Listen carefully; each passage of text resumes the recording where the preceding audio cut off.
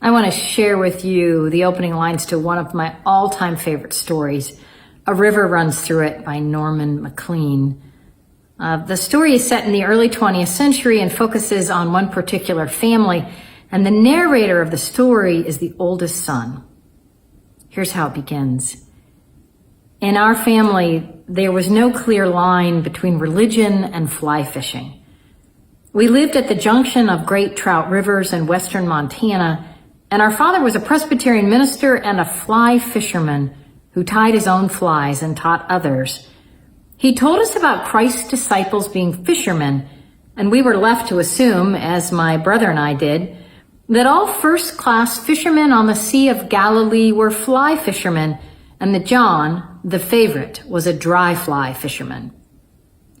A paragraph later, Maclean writes, as a Scot and a Presbyterian, my father believed that man by nature was a mess and had fallen from an original state of grace. As for my father, I never knew whether he thought God was a mathematician, but he certainly believed God could count, and that only by picking up God's rhythms were we able to regain power and beauty. Oh, I love that line. Only by picking up God's rhythms are we able to regain power and beauty. Maybe that's why I love to fish. It's an opportunity to pick up those rhythms. Fishing is slow. You cannot rush fishing. And for me, it's all about paying attention in a different way than I usually pay attention. And it's about being attentive to light and movement and breath and the space in between things. So I'm not at all surprised that Jesus chose fishermen as his first disciples. Now, I realize that they fish for a living, and that's different than fishing for fun. But I'm still betting that they know things other people don't know. They know how to pay attention. They know how to be patient. They know how to listen more than they speak. Well, the day in question, Peter and his colleagues aren't having any luck. They've been out on the water all night, and all of their experience and know-how has given them produced pretty much nothing. Jesus, on the other hand, has been having a really good day, a good teaching day, and he commandeers Peter's boat so that he can have a better platform from which to communicate with those on the shore. And while on the boat, he says to Peter, put out into the deep water and lay down your nets for a while. Well, Peter responds, he says, Master, we've worked all night long, but have caught nothing, yet if you say so, I will let down our nets. In other words, I'll humor you because you seem like a well-meaning guy, but I have nothing to lose, but there is no way this is going to work. It works. In fact, after doing what Jesus tells them to do, the disciples are so successful, they bring in so many fish that the boat is about to sink. So what a great thing. I mean, a boat full of fish, isn't that every fisherman's dream? But Peter, instead of, thanking Jesus, instead he says, go away from me, Lord. Now, in the original Greek, literally, Peter says, get out of my neighborhood. Why does Peter say that? Now, Peter is clearly thrown by all the fish, and not thrown in a good way. My theory is that Peter believes that his competence is threatened by Jesus. Because Peter, with all his years of experience and know-how, he can't catch a thing. And Jesus, the novice, gives him advice that makes them wildly successful. So Jesus' success leaves Peter feeling foolish and incompetent. Now, do you prefer feeling competent or incompetent? That is a ridiculous question, because all of us prefer competence. We choose and lean into activities and professions where we can exercise competence. We tend to avoid people who make us feel incompetent because competence feels good, especially when that competence is put in service to God's work in the world. There's really nothing better than having our gifts and skills used in service to furthering God's kingdom. Competence, it's a good thing. It was a youth trip, and 3 of the young adult leaders that were on that trip were certified rock climbing instructors. So we devoted a day to that activity. Now, I decided to not participate in order for everyone else to have ample opportunities to do so. It was really a selfless move on my part. But at some point in the day, everyone had done as much as they wanted to, and the youth group kind of ganged up on me and said, give it a try. So I said, sure, yeah. And, I'd spent much of the day imagining just how difficult and terrifying this would be. And you know what? It was even more difficult and terrifying than I had imagined. You see, I am just uniquely ill-equipped to rock climb. Well, somehow I made it up about 15 feet before thinking to myself, what are the kids thinking of me as they look up? I mean, they look up to me, and they're so used to seeing me operate out of my competence. So I think this really needs to come to an end. So I glared at Dave, the young adult who was holding onto the rope that was holding me to the rock face, and I said, Dave, please let me down. And I think I said it in a way that really didn't encourage any discussion or further conversation. But Dave calmly looked up at me and said, no, I think you should go a little higher. Now, I'm not going to have an argument with the person who's holding the rope that's holding me onto the rock face. So I decided to give it a try. But then I went to move my left leg, and my left leg now had a life of its own. It was shaking that badly.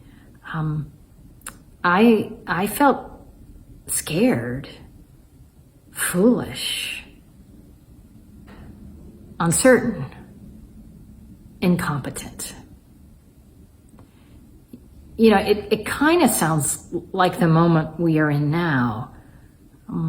Just when we think the pandemic is winding down, or we think we have finally figured out ways we can cope with it, something happens and we find ourselves once again exposed, uncertain, exhausted, incompetent.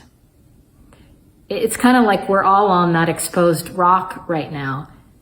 And what? We're just supposed to keep going, keep climbing, go higher?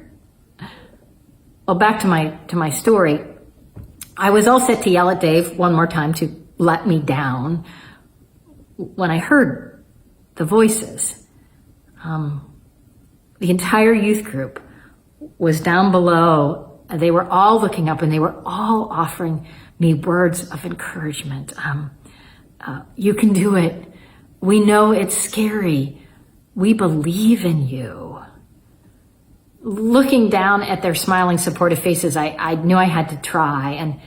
And with their support and really just a hefty pull from Dave on that rope, I managed to get a little bit higher. And I moved well beyond my comfort zone. Now, I think Jesus is calling the disciples to do something similar. He's inviting them to follow him and then invite others to do the same. And he invites them to live a life shaped by God and God's priorities. So I think that's why Jesus calls them in this way. That incompetence you're feeling right now, get used to it. Are you feeling out of your comfort zone? Get used to it.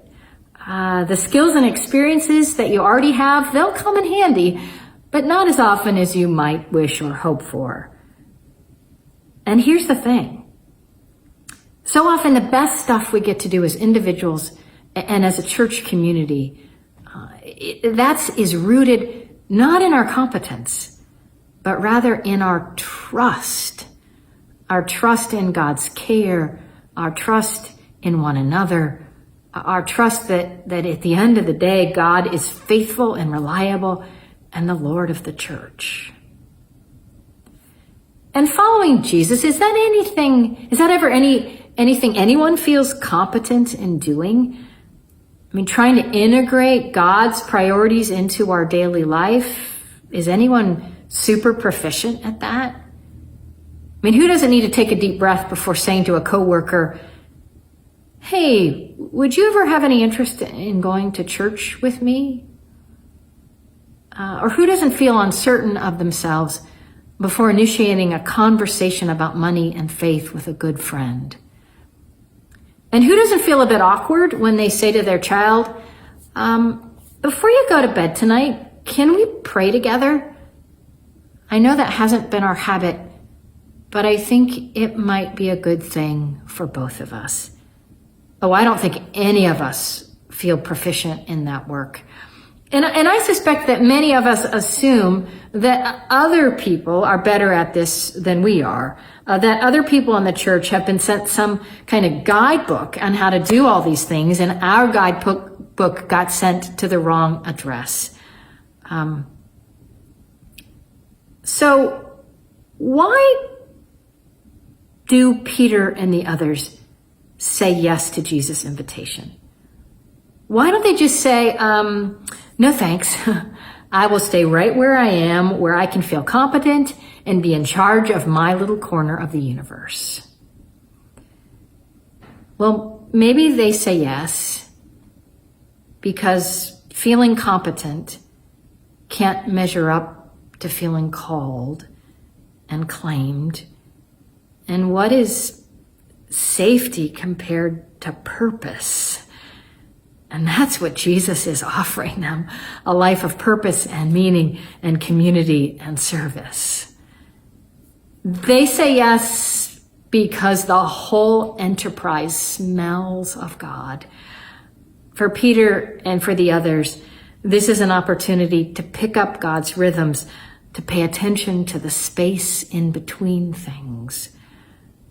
So they say yes to God, knowing that no one is particularly good at this God stuff, but we're in it together.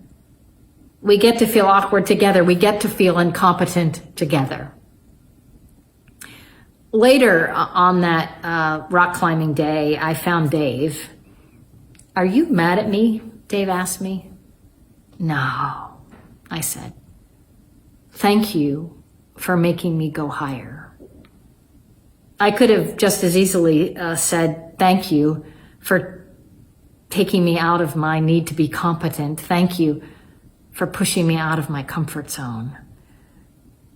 Thanks for helping me hear the voices of others. You can do it. We know it's scary. We believe in you. Who needs to hear that right now?